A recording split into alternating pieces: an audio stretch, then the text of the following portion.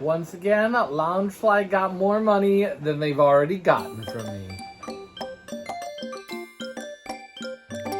Just an 80s boy and a 90s teen, going on all things Disney, from house to parks and in between. Come share the magic with me. La la la la la la la la. Live your life to a Disney tune. Come and share Jake's Disney Afternoon. Hey Disney Afternoon gang, welcome back to my channel. My name is Jake. If you're returning here, thanks for coming back for another adventure. And if you're new, I do all kinds of Disney content, including subscription boxes, hauls, trips, vintage, trivia. If it's Disney, we're doing it. And today, it's Loungefly. It is a rainy and cold night. I don't know if you can hear the rain pouring in New York City.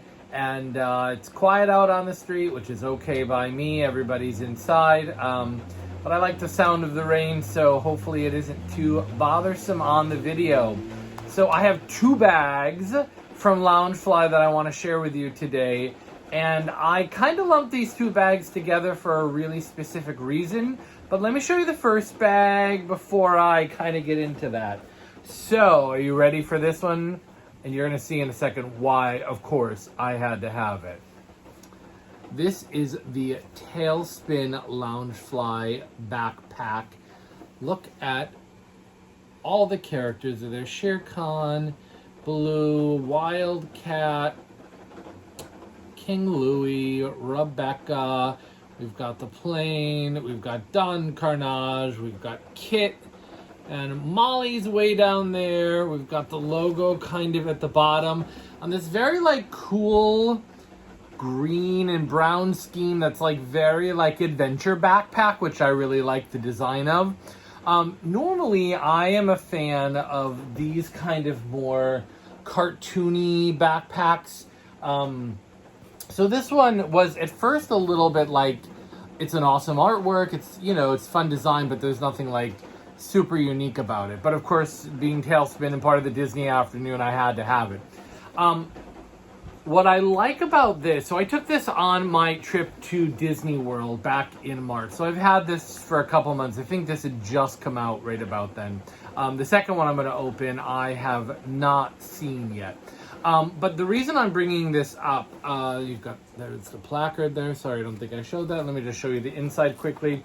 So this is the bag I opted for to take in the park, and here's why.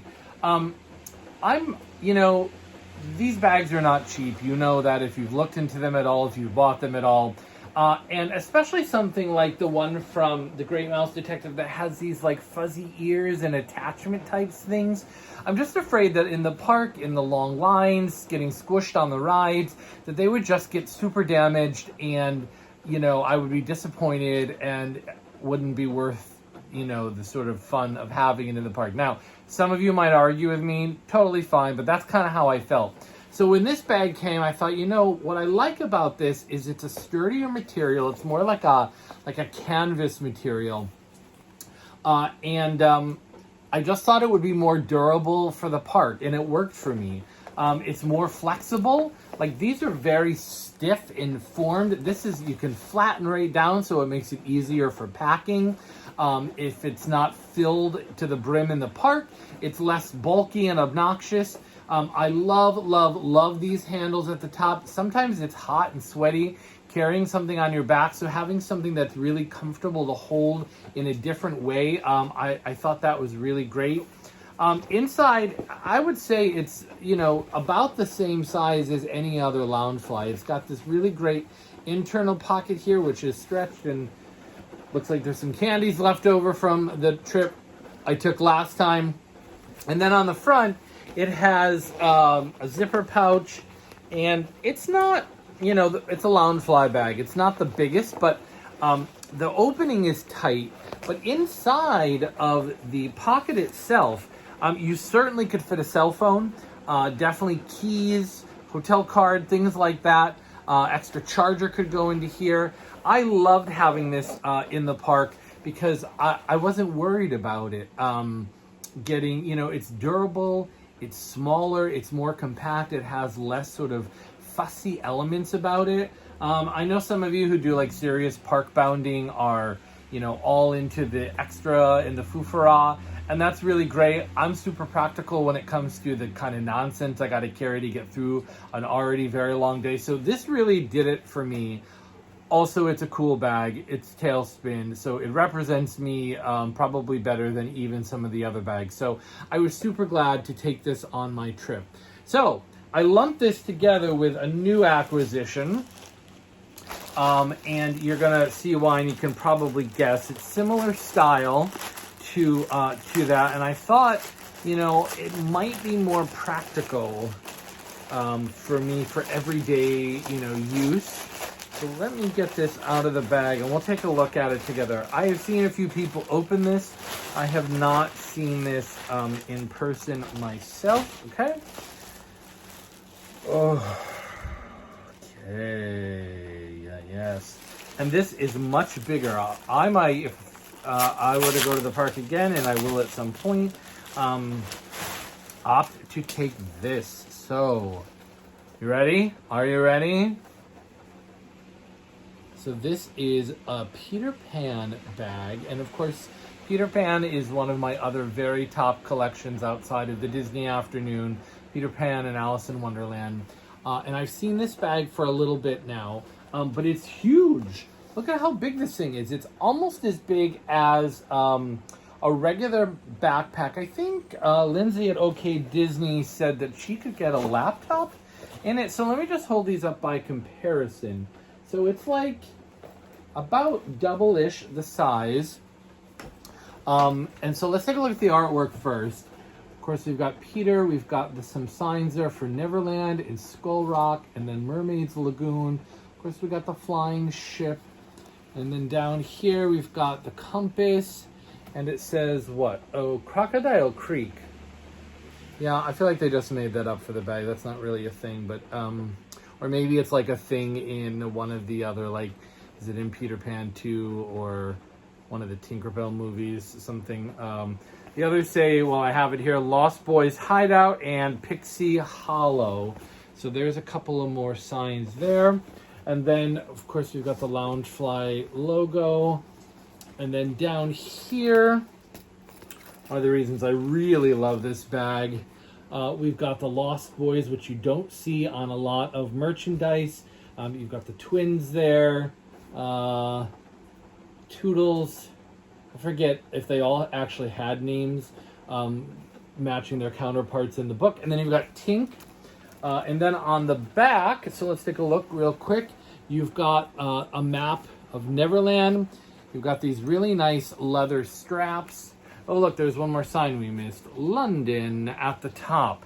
I love the sort of brass and leather work attachments there. I think it gives it like an old school, like London-y feel. So the flap opens, and it's got just a magnetic clasp there. This has got a drawstring. Wow, this is nice inside. So this is huge. Look at that. So a couple of features.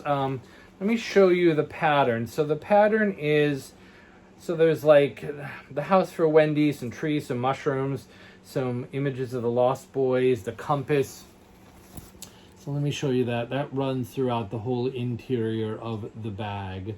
But then on the inside, so you've got, first of all, you've got the zipper, which I love a good zipper pocket because, you know, keys, wallet, things like that can go in there. And then on this side, let me do it this way, you have just sort of a loosey catch-all pocket, pens and whatever's. And then you've got this really giant, very roomy interior. I definitely could see how you could get a laptop in there, among other things. I wish it did maybe have a laptop pocket. That would be a little more practical design, but I really, really like how functional this is. And again, it is the same material as the Tailspin one, so it's a little bit more durable in my opinion. It's got less foofaras. It kind of acts like a regular backpack, but yet has the Disney magic and the Disney fun on it, sporting the Loungefly logo and all of that good stuff. So these are the type of bags I would opt probably to take to the parks, as I did, more than the kind of specialized bags that I just feel are going to get ruined. You know, the weather is so unpredictable in Florida, and you're going on, you know, maybe watery kinds of rides, and you're bumping up against people, and you're sitting on, you know, in rides and in coasters and things like that. So I don't know. That's just my thought about it. I sort of was not really into them at first, because they were not as, you know, showy as these kinds of bags are over here. But they're practical, and I think there can't be enough said for a really good practical bag. So let me show you both of them one more time. I think Box Lunch is having a sale this weekend. I don't know what it all encompasses, I think for Memorial Day. So go check it out. Maybe check out these bags. Consider these for your next Disney trip. So excited to add them to the collection and actually use them, particularly probably this one, in my everyday life. So make sure to like, subscribe, comment down below what your favorite backpack is, and do you like taking these backpacks to the park? Do you use them on a daily basis? I think part of my practicality also comes from living in New York City and like riding the subway and the buses. You know, we're constantly sharing in space and bumping into people. So practical things are just kind of a way of life down here. So subscribe if you're new. I'd love to have you join the Disney Afternoon gang. And until the next Disney Afternoon, Hope to see you back real soon, sharing in Jake's Disney Afternoon.